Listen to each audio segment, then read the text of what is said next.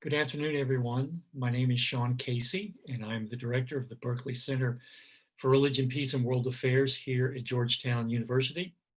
It's my distinct pleasure to welcome you to today's event toward a post-nuclear just peace, co-sponsored with Georgetown University Press. Before we get started, let me remind you of a couple of logistical questions.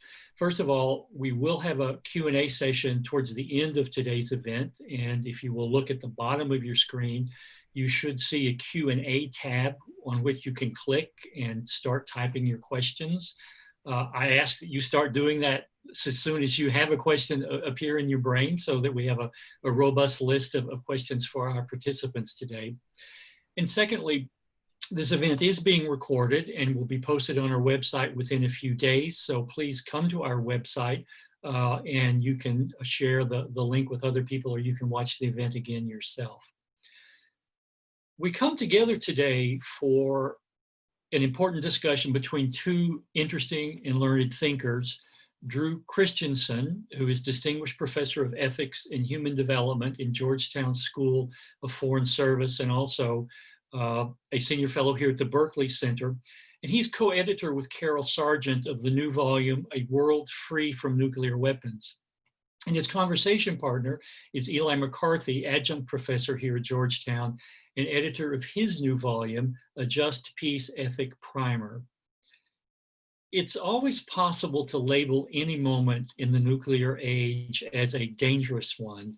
But I think our current moment is rife both with threats, but also new opportunities for peace, especially in light of Pope Francis's recent remarks regarding the possession of nuclear weapons. Against the background of both global and national political instability, the daunting moral questions around the use and possession of nuclear weapons take on even more significance in this age.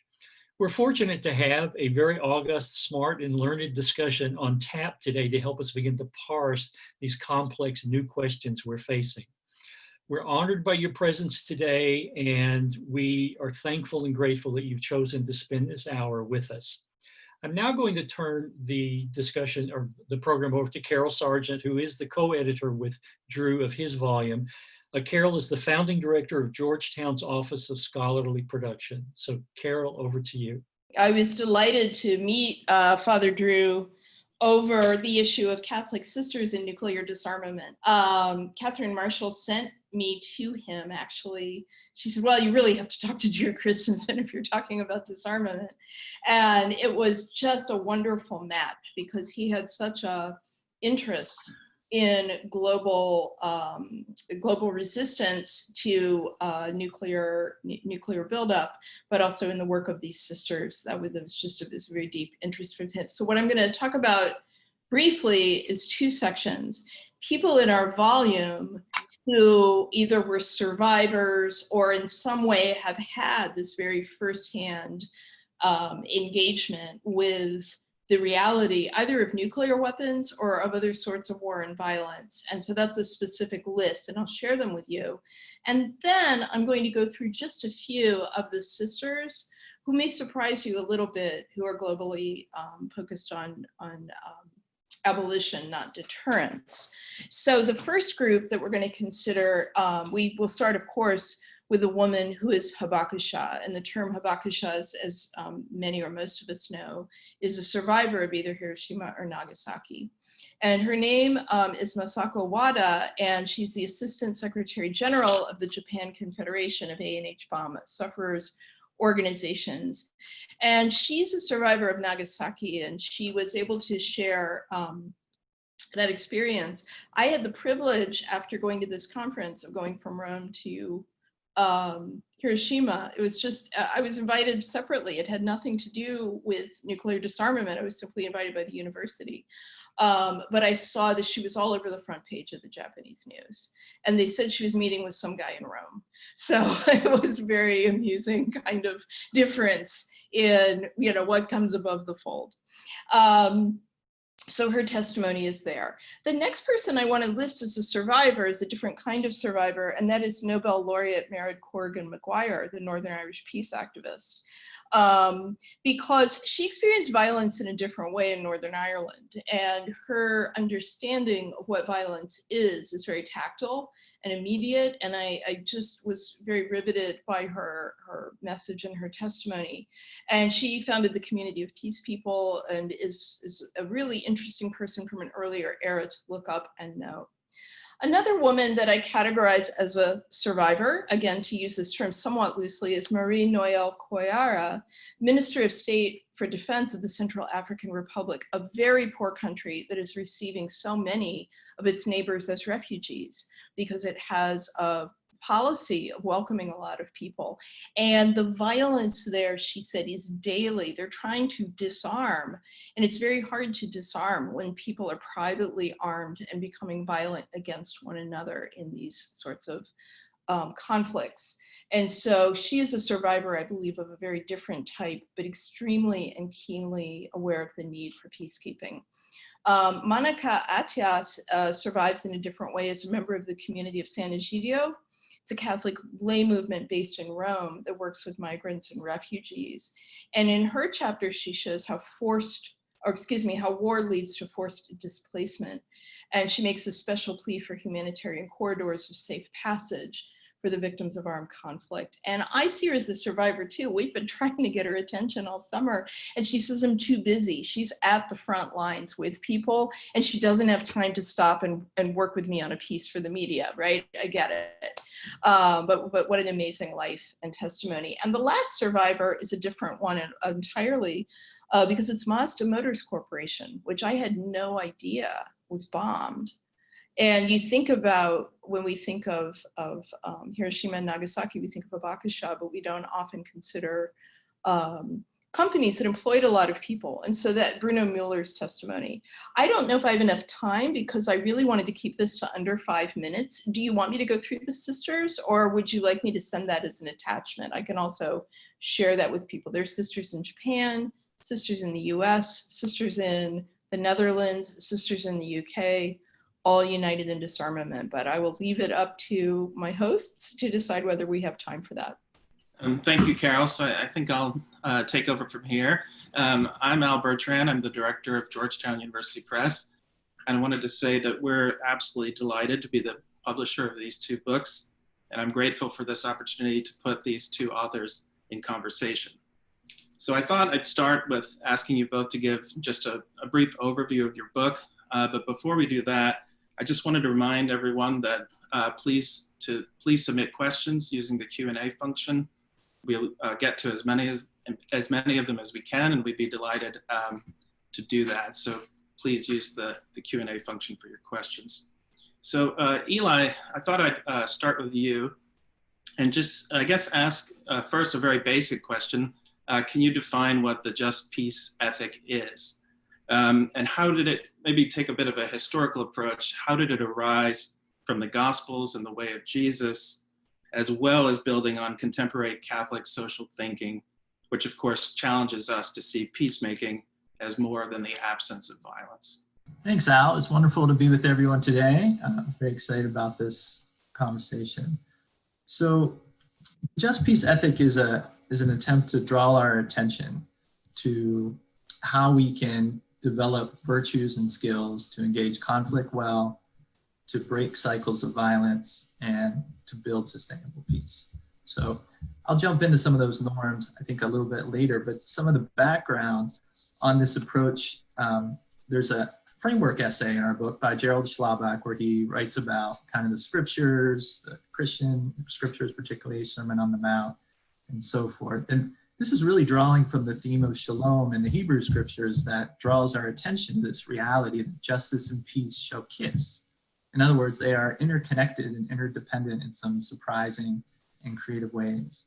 So Jesus models the way of just peace by becoming vulnerable, caring for the outcast, prioritizing those in urgent need, loving and forgiving enemies, challenging the religious, political, economic, and military powers, healing persons and communities, praying and fasting, along with risking and offering his life on the cross to really expose and transcend both injustice and violence.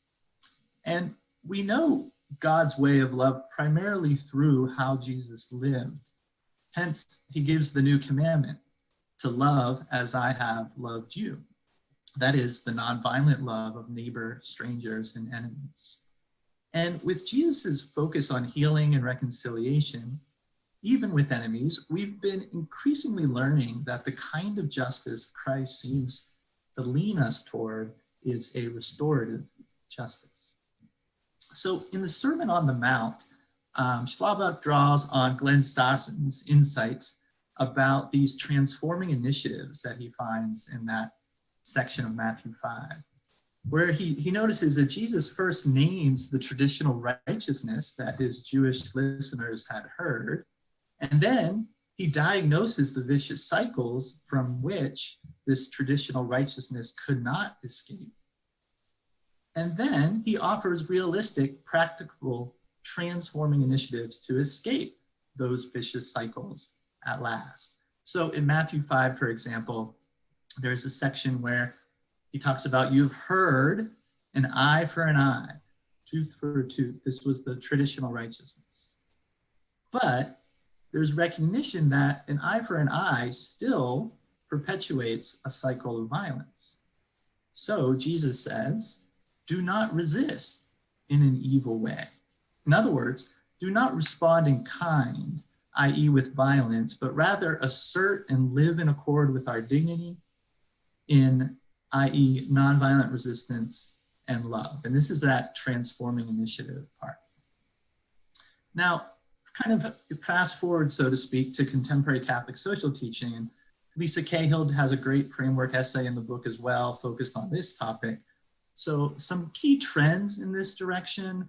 This is, of course, not all of Catholic social teaching, but there is a clear trajectory that's emerging.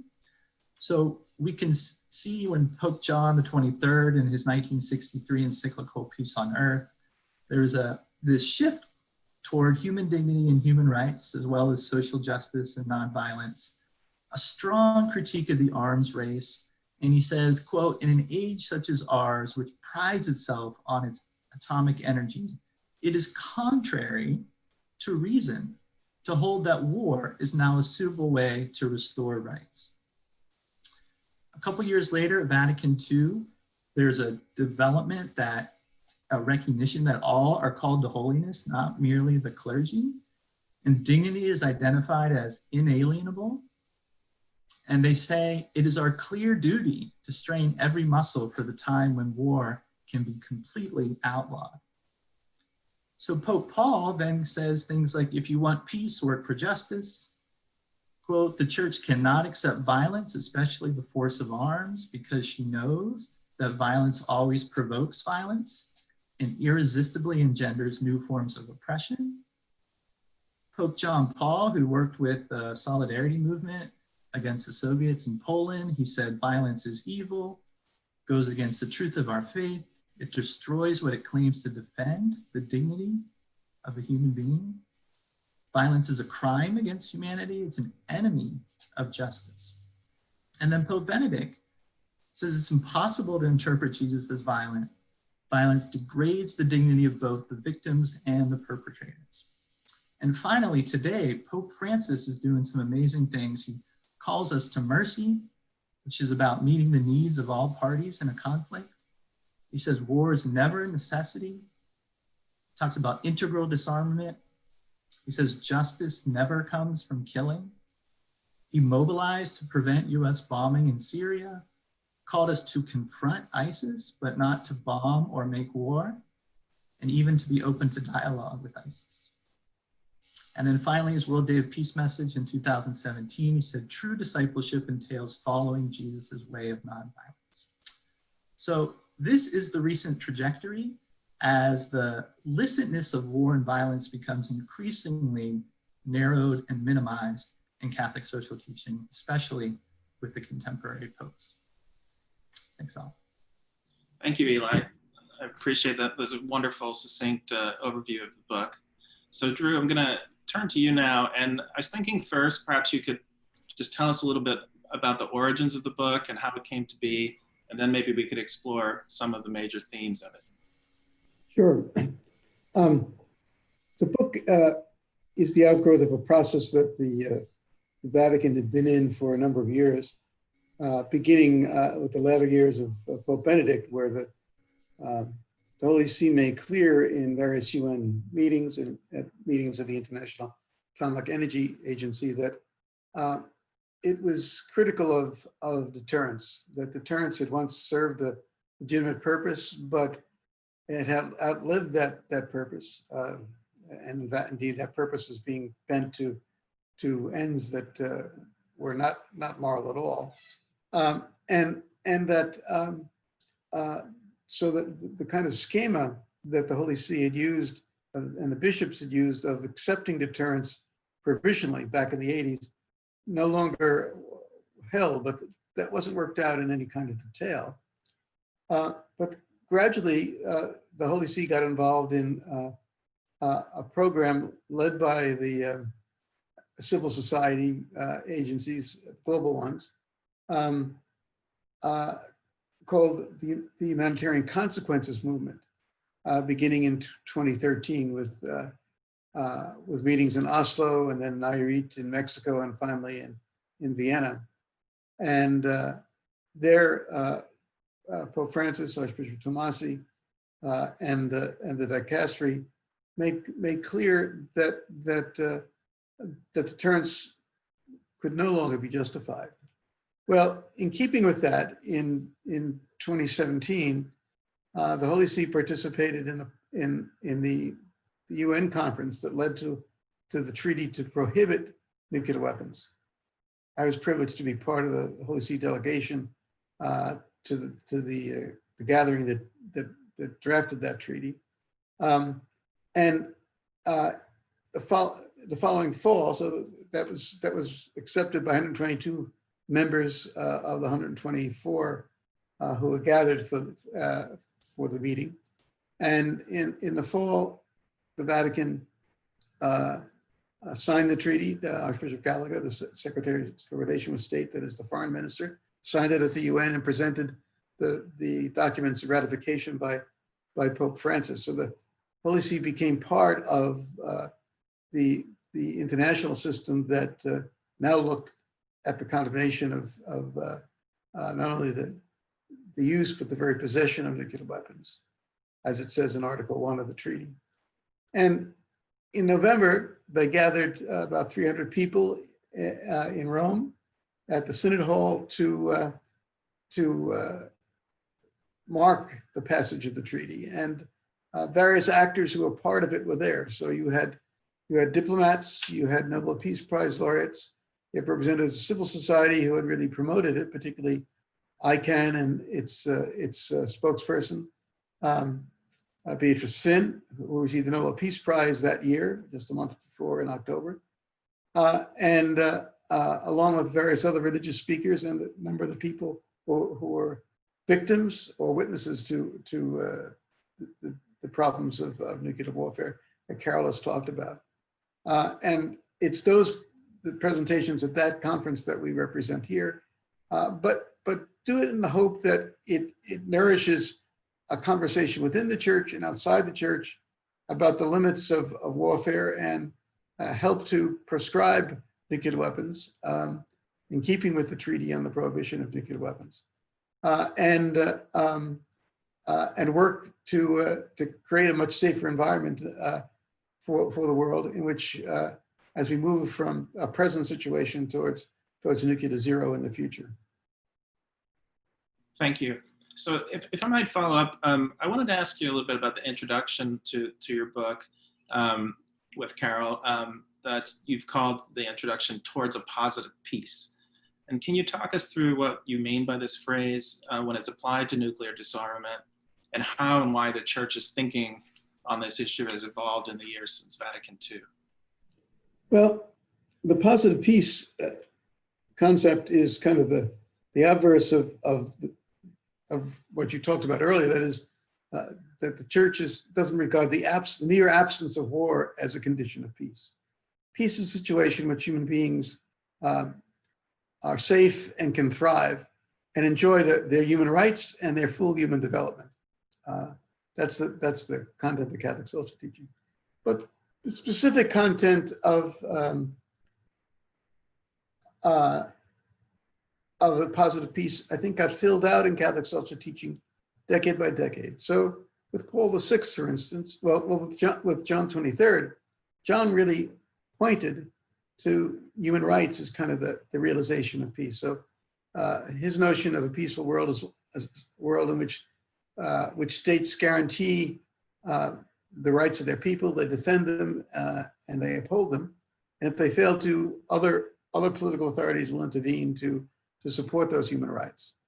And the Catholic Church really was at the heart of the human rights revolution, beginning in the 70s in Chile after the coup that overthrew Allende.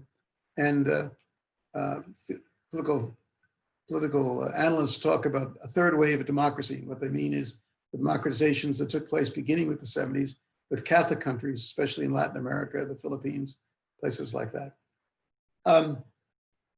The second stage was the emphasis on development, which Eli has already quoted. Development is the new name for peace, said Paul VI. And so there's a focus on development as a way to uplift the poor, not just economic development, but socio-economic development, where everyone's involved, but they are served by having various kinds of institutions that aid their human development, organized and supported within their home societies. And the last component, I think, is really brought to us first by John Paul II in his 1990 World Day Peace Statement. Peace with God, peace with all creation, but really has been elaborated much more fully by Pope Francis in Laudato Si, that is on our common home, which promotes integral ecology as kind of the way in which we enjoy that peace. The Vatican talks about another element, it loves this word integral. Now you find it all over Vatican documents these days, but integral with respect to disarmament, and this goes back to John 23rd, means disarmament which understands that it's not just acts of disarming which count, that the atmosphere of international society must be one in which there is an attitude of peace, a willingness to compromise, a willingness to find new solutions to the problems of disarmament and so on. So integral disarmament is a change of mind and disposition that helps advance the process of disarmament for a world that's less dangerous and more secure for all people. And I think that involves creating certain conditions for peace and instrumentalities for peace. In the wake of the collapse of the Iron Curtain and then of the Soviet Union, the US and Russia developed a number of kind of devices for controlling conflict. There were threat reduction efforts, there were joint efforts to corral the nuclear materials so they couldn't be stolen by rogue elements. There were if you will, crisis management situations where military officers would get together in a crisis situation to kind of explain to one another what they were doing and find ways out of the crisis. There were also, as a result of the many ethno-religious civil wars of that period, forgiveness processes that got underway in various parts of the world that created peace between groups. It's promoting those kind of practices and institutions that is an essential part of building a positive peace, which is one of the duties that comes to us through Catholic social teaching. Thank you. So I'd like to ask one more follow-up and then turn back to Eli for a moment. So I wonder if you could talk about how, our current nuclear situation in which nuclear weapons are maybe more widely dispersed in the past, where what we might think of as hostile regimes or rogue nations are trying to develop nuclear weapons. How does that complicate the road to disarmament compared to the situation where maybe you had mainly the US and the Soviet Union and kind of structures in place to to at least, begin the process of disarmament? Well, the situation is much more complicated than it was back in the 1960s when notions of deterrence developed, and more complicated than the 1980s when those are still the dominant defining features of a geostrategic map. There are 99 countries that have nuclear weapons. Only 5 of them are members of the Non-Proliferation Treaty. So India, Pakistan, Israel, and North Korea are not members of the Non-Proliferation Treaty. So they're not under any international commitment to disarm, although I have to say that the nuclear armed states have not taken those commitments seriously. They've always used the NPT as a way to make other people refrain from acquiring arms rather than to bind themselves to disarm.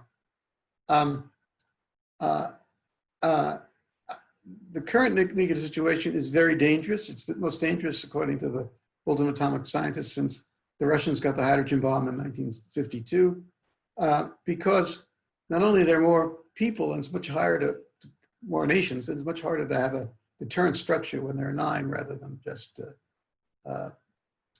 2, and only 5 are part of the NPT, but also various powers, including the US and Russia, are quite clear that they don't see deterrence as kind of a different question than conventional war questions. The nuclear weapons are on a continuum, and so both the US and Russia and the other states involved see no firebreak, as the physicists and the nuclear arms controllers used to say, between nuclear weapons and conventional. So that if we fail by conventional means to obtain an end by armed conflict, use of nuclear weapons is on the board. Secondly, there are modernizations underway that make nuclear weapons much more usable, supposedly, for this kind of situation, and that increases the danger. And I could go on multiplying the complexities that have come in since the 1980s, but artificial intelligence and autonomous weapons, along with various kinds of militarization of space and cyber problems, make the situation much more complicated. And I like to argue, being a defender of the treaty to prohibit nuclear weapons, that makes the treaty much more important as an alternative to the kind of tensions we're in, that the kind of small measures that arms controllers are now talking about are much too small and ineffective to deal with this very complicated situation. We do have a prospect of being able to make progress, I think, with the Russians. I recently heard from Russian experts that the Russians have now eliminated all of their conditions for further talks. And I've heard Chinese experts who are well informed say that China will not enter into negotiations. It really wants to see serious progress by the 2 superpowers first, but it will enter into this kind of sideline discussions, and that's very promising for the future of arms control. But it seems to me that we have a long way to go to get U.S. politics and even U.S. arms controllers to engage that kind of situation. And finally, to the rogue states. I don't think in the long term, if there's a new administration in the new year, that Iran will long remain a difficult party. Iran has already shown its willingness to curb its nuclear activity in return for relief of sanctions, and still shows restraint, even though the sanctions are very, very tight right now. I think it'll be willing to negotiate back into some JCPOA, perhaps a new one that would control missiles and so on, but at least JCPOA could be effectuated. North Korea is much more difficult, and I can't read the tea leaves there. I mean, all the experts had difficulty reading this with Kim Jong-un seeming to be ill, his sisters having more authority, and different signals being given all the time. Israel, it seems to me, is a problem. I think it should join in with any kind of agreement on the JCPOA, not be an obstacle to it, but it sees Iran as its major opponent in the area and wants its nuclear weapons to counter Iran. But even when Iran was in the JCPOA, it took it as an enemy, and I think that remains a problem. The last non-proliferation treaty review did not come to common agreement simply because the U.S., Canada, and Britain refused to come on board a consensus statement to defend Israel, not a member of the NPT, with proposals that progress be made on a Middle East nuclear-free zone. And I think, the upcoming NPT meeting in January is a real test of the future of arms control and whether the NPT remains the cornerstone or whether we have to really move to the treaty to prohibit nuclear weapons to be the map, if you will, of the ground plan of a new nuclear age. Thank you so much. So I think we might take a couple of questions from participants right now because they're relevant to this part of the conversation. So I think this question for both of you, what do the authors think about direct Catholic action regarding the US nuclear arsenal? Can I jump in with a quick thought? Because I can only speak for myself, but I personally support plowshares and other direct Catholic action, but I will not speak for the panelists. I only speak for myself. I believe they are prophets. Eli, did you want to pick up? Yeah, so I guess the question is about direct action, like nonviolent civil disobedience. Yeah. Is that what you're referring to? Okay.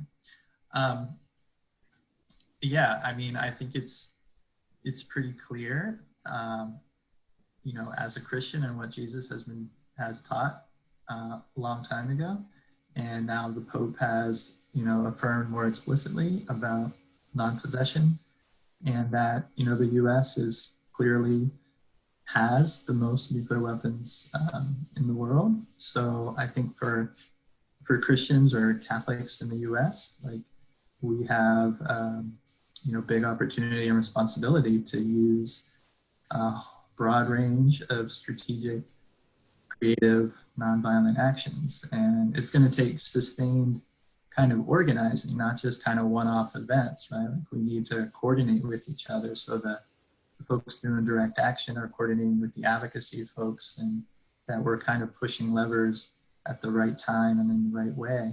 And I think that would have more and more of an impact, as well as obviously working beyond kind of Christian communities as well. Thank you. Drew, did you want to add anything to that? Yeah, I'd say I think it's important that Catholics look at both sides of prophetic action and look both at faithfulness to the gospel witness on the one hand, and on the other hand, that they look to what's more successful, more persuasive within society. This is a huge issue. Prophetic action is just self-satisfying of one's own righteousness is not what we need. We need kind of boycotts and demonstrations and petitions and lobbying that result in concrete changes that alter the situation and create new modalities for controlling nuclear weapons. Sometimes if we're given to the prophetic mode, our own sense of righteousness overcomes our sense of where we can actually make progress. It's not a question of doing just one thing. There are many things that can be done, and people ought to discern very carefully what are the most effective things that can be done, as well as what's going to move people the most. Eli?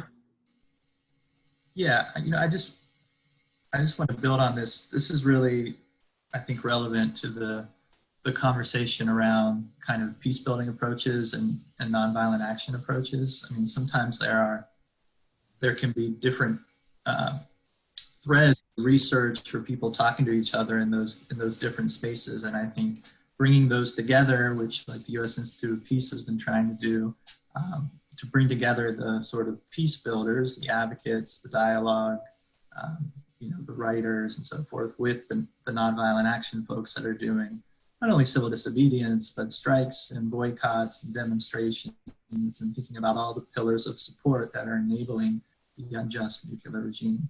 And I think if those can collaborate more, we could have a lot better impact. And in a way, the just peace ethic is really trying to bring those strands, those threads, those groups together with an ethical framework, has just grown out of many voices in violent conflict zones like Colombia and the Philippines and South Sudan and Iraq, who are kind of calling out for this reweaving of the peace builders and the nonviolent action communities. Thank you. I think that segues nicely into my next question for you, Eli, which was to ask you a little bit about a model that you describe of the just peace ethic in the last chapter of the book, where you refine the model that you've worked with through the book, and then describe a model of just peace in action. So I was wondering if you could tell us what the elements of that model are, and then describe one of the case studies in the book of that model in action. Yeah, happy to do that. So let me put in the chat box a link to a sort of summary of the just peace norm. So, and I'll share my screen as well. So you'll see on this handout that these norms kind of operate in three different categories that I mentioned earlier, right? And they can overlap in time and space, but sort of the crux of it is that strategies and actions that we choose should enhance these norms, or at least not obstruct them, as well as try to keep means and ends consistent. So you see these three categories, and there's a set of norms within each category. The first one has like sustaining spiritual disciplines. So this is like discernment and meditation, virtuous habits like mercy and empathy and compassion, courage, education and training in key skills, different nonviolent skills like nonviolent communication, so forth, participatory processes, and forming nonviolent peacemaking communities or cultures or even institutions. So these can all help us engage conflict constructively as an opportunity for growth. And then the second category is breaking cycles of destructive conflict or violence. Reflexivity is keeping means and ends consistent. Rehumanization, conflict transformation is kind of getting to the root causes, the needs underneath the conflict. Acknowledging responsibility for harm, which includes trauma healing, restorative justice.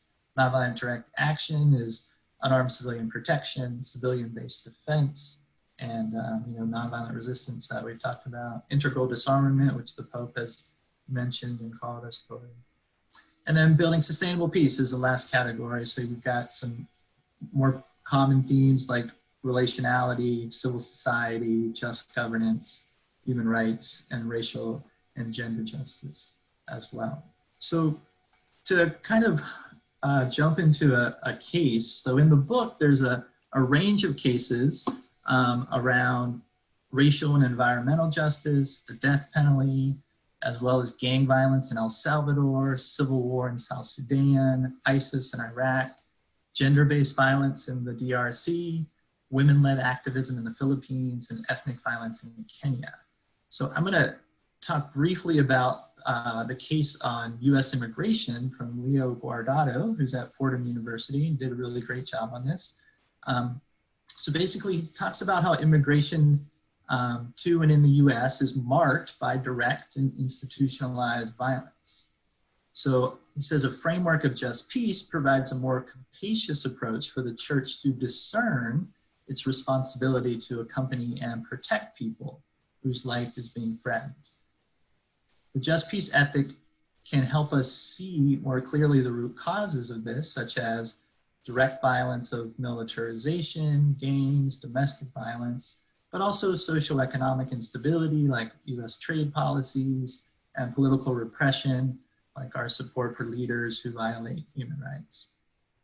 So the first category, virtues and skills to engage conflict constructively, Leo talks about how that suggests the importance of cultivating virtues of mercy and hospitality and solidarity, as well as the spiritual discipline of discernment about the possibility of the church offering sanctuary. And such discernment lifts up the norm of participatory processes as well. The second category he refers to is breaking the cycles of violence category. And here he kind of hones in on how sanctuary is a form of rehumanization of migrants, as well as a form of nonviolent direct action and unarmed protection, rather than merely something that simply entails risk or may subvert the law, which is sometimes how we hear it talked about by certain Catholic leaders. So finally, he talks about building sustainable peace as the third category, and says how calls for a civil initiative, or in other words, enhancing a robust civil society, and the church ought to play a key role in this, that offering sanctuary actually enhances racial justice, as well as provides a window to creating more just governance. So he kind of wraps up by saying, as long as violence in Central America continues, those that flee to the US and enter, the church has a responsibility to protect that entails risking our security for theirs in order to resist the legalized violence of our government. So in short, a just peace ethic will better form us as peacemakers, both in our imagination and our discipline, transform conflict and get to the root causes, prevent structural and cultural violence, such as the arms race and dehumanization, and get us closer to outlawing war, and even better, prevent and limit war as an ethic. So that's one example. I hope you'll dive in and maybe read some of the other examples. Thank you so much. It's extremely helpful to hear about the just peace ethic in action. That was a great example, so thank you for sharing that. I think in the time we have left, I'd like to try and turn to the roles of different members of society and the Catholic community in helping to create a world, with a more just peace ethic. And one of our questions from one of the participants, I think, is relevant here. How well have U.S. bishops brought the Pope's revisions of church teaching on deterrence and disarmament to U.S. Congress members or to their own parishioners? I guess the question is, how well have U.S. bishops communicated this change from deterrence to abolition of nuclear weapons? Do you want to take that, Drew? Sure.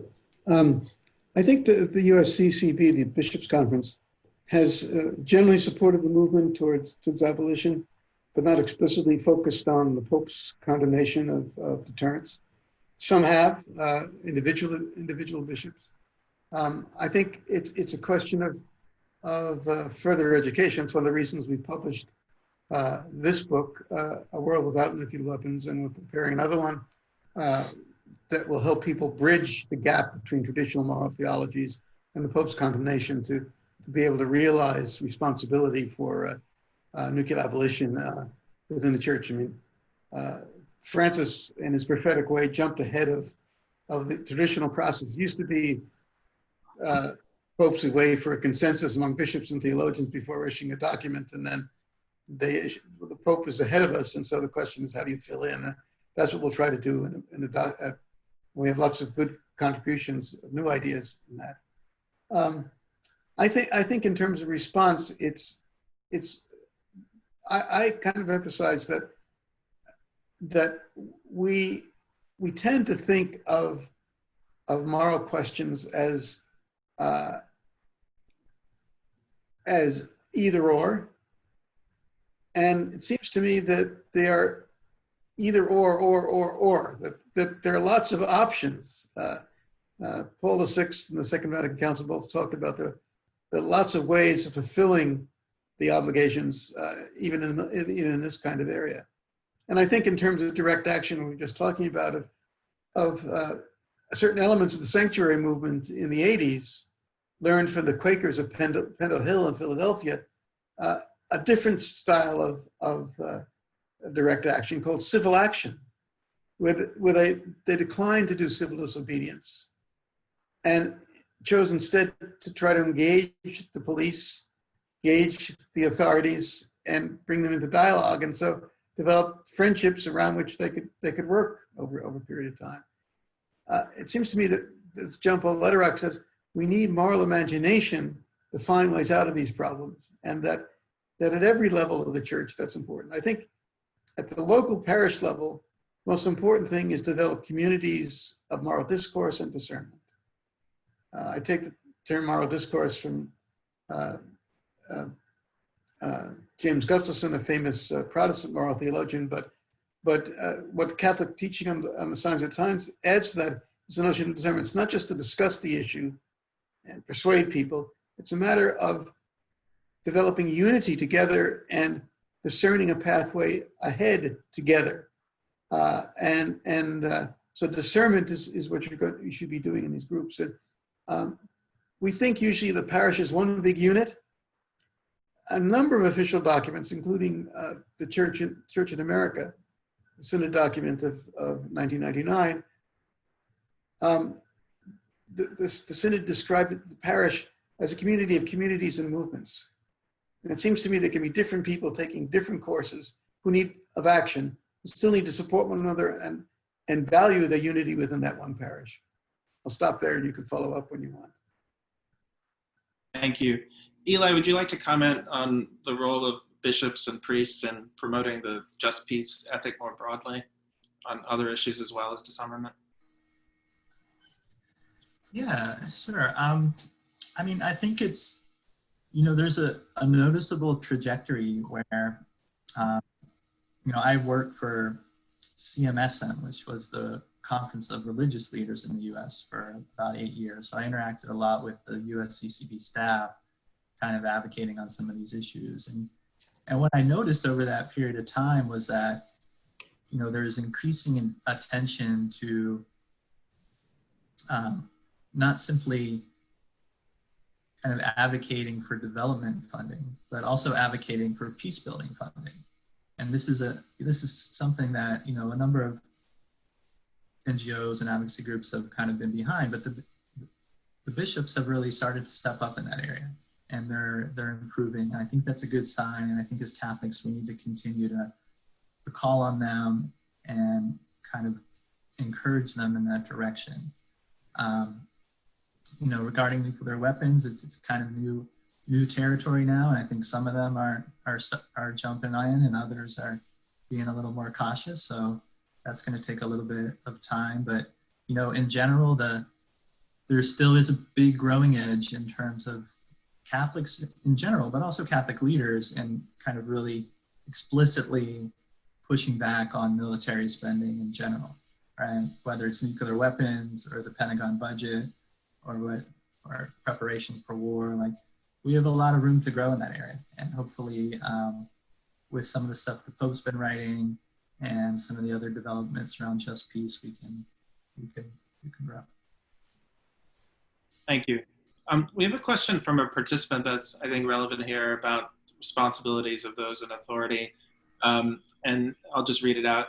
According to ICANN, 50 US universities, including some Catholic universities, are involved in nuclear weapons production, ranging from direct management of nuclear labs to research programs and partnerships and recruiting the next generation of weapons scientists. What might be done about this? I guess another way of phrasing that question might be, what are the responsibilities of university administrators and faculty in this regard? Well, I think since I've been involved in this at different times, let me give an example from the 80s, from the time of the Bishop's Peace Pastoral, that I think is relevant. At that time, Lawrence Livermore Labs and Berkeley Labs were both involved in nuclear business, and within the Diocese of Oakland. And Bishop John Cummins, then the bishop there, pulled together dialogue between theologians and moralists at the Theological Union in Berkeley, including the Jesuit School, and some elsewhere, with weapon science. Weapon scientists himself had sought the bishop's help in trying to figure out their responsibilities. And over about 4 years, we made some decisions together.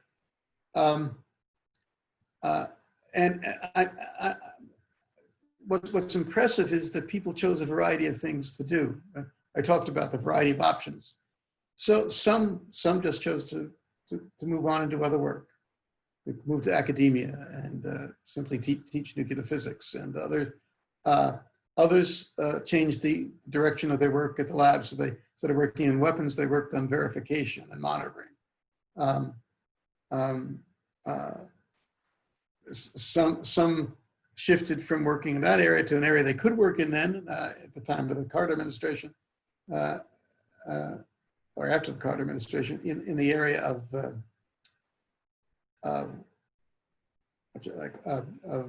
alternative energy sources. So they did many different things to respond to the and that doesn't deal with the responsibility of the University of California or the state system in California doing that. I think at the present time, they really have to acknowledge that universities are directly involved in arms development, and need to acknowledge that they are part of the military-industrial complex, which prevents the progress towards disarmament.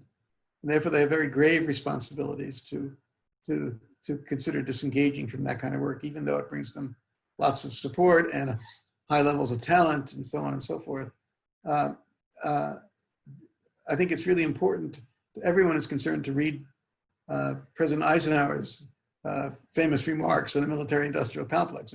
He really thought that they were running away with the country, and they have, especially with this modernization process. The corporations and the academic institutions that work with them really have run away with the policy, and they need to walk away from that, it seems to me. Thank you. Excuse me. Thank you.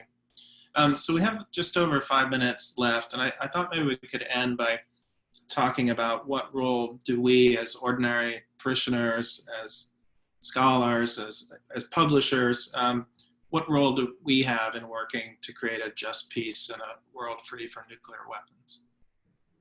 Eli, do you want to start? Sure, thanks, Al.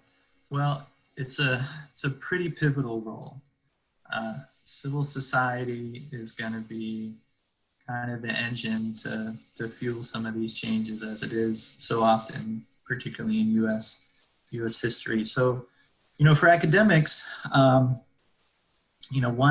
thought is to work with and try to refine the just peace ethic, to work with it on different cases, to kind of develop its thinking. I mean, the book is actually, it starts with an initial version of the just peace ethic, and then authors are invited to work with it on different cases. And then at the end, it gets refined based on the insights and proposals from the authors on the cases. So I think to make that sort of an ongoing process would be a great contribution of academics. And if your university doesn't yet have, a peace and justice studies program or a justice, peace, and nonviolence studies program, I encourage you to work on developing that and to resource it and to make it a major.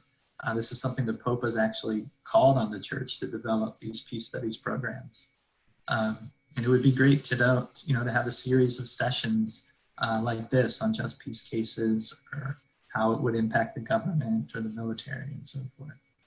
And I think for parishioners, really focusing on building peace in our families and our communities, and how we engage national policies and what we vote for, joining social movements, exploring relationships with groups like Black Lives Matter, establishing local peace teams to regularly provide nonviolence skill training and spirituality of nonviolence. Publishers, it'd just be great to, try to mainstream and prioritize books on nonviolence and peace building and just peace. We have lots of research and lots of things written about war and frameworks related to war. We could really make a great contribution in some of these other areas. Thank you so much, Eli. Drew, we have about 3 minutes left. Would you like to have the final word on this? Of course, yeah. Thank you. I'd say, first thing I'd say in parishes is that pastors should not be afraid to allow their parishioners to discuss these issues. That the church encourages these kinds of groups to gather in parishes. A pastor doesn't have to be the one who moderates. There are lots of experienced people, educators and public figures in the parish that can moderate, and well-respected people do a good job moderating the discussions. When I was at the conference, we experimented, particularly in the area of environment, to have these kind of discussions. We discovered that after 20 minutes, people really get down to the issues. And by and large, people want to discuss pressing moral issues in their churches. It's a suitable environment for it. But if you're not equipped to handle what you perceive as the tensions, and you can misperceive the tensions. The first time we gathered, the scientists and the theologians both wanted to have meetings, but Bishop Cummins heard us saying different things, and so he called off the planning. And we knew we were talking this different language, using different language to talk about the same topic. So you can have apprehensions that are wrong. People really do want to discuss these issues. Encourage people who are similarly involved in issues to come together. Allow mixed groups to come together and dialogue with people who are presently engaged in these areas, whether it's part of the military industrial complex, or the think tanks that think about these issues. And allow create an atmosphere that is conducive not just to discussion, but as I said, to discernment. I think for academics, I think it's important for them to understand that insofar as they can address these issues, that they're not just ivory tower people, that they can be public intellectuals. The church expects them to be public intellectuals in times like these, and to use their academic resources to penetrate the issues and help the general public, and particularly their fellow Catholics, to understand them. I like to use the phrase that Joe Schlabach and I have made famous, that is, we need to make the church's opposition to nuclear weapons known by the faithful, church-wide and parish deep. And it seems to me academics can assist us in that. Publishers, it seems to me, there are other responsibilities. I think I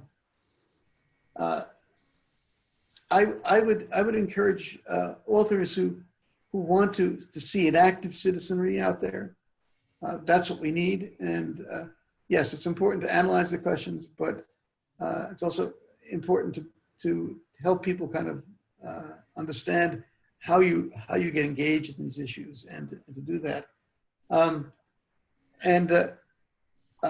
Publish books that in which believers can understand these problems and integrate them into their faith. There's a tendency in a lot of journalism to look at it as black. Either the church is wrong or the church is right on these issues. No, the question is not that. The question is, what are you going to do as an Orthodox Catholic to meet the church's teaching in this area? How do you live it out? And publishers ought to also consider books and encourage authors who will help people be active participants, active citizens in their societies, who are informed by their Christian faith. Well, thank you, Drew. Hopefully we've made a good start with these two books. And on behalf of the Berkley Center and the press, I want to thank you, Drew, and you, Eli, for this conversation, which I think was really enlightening and wonderful, and great to see these two books talking to each other. So thank you very much.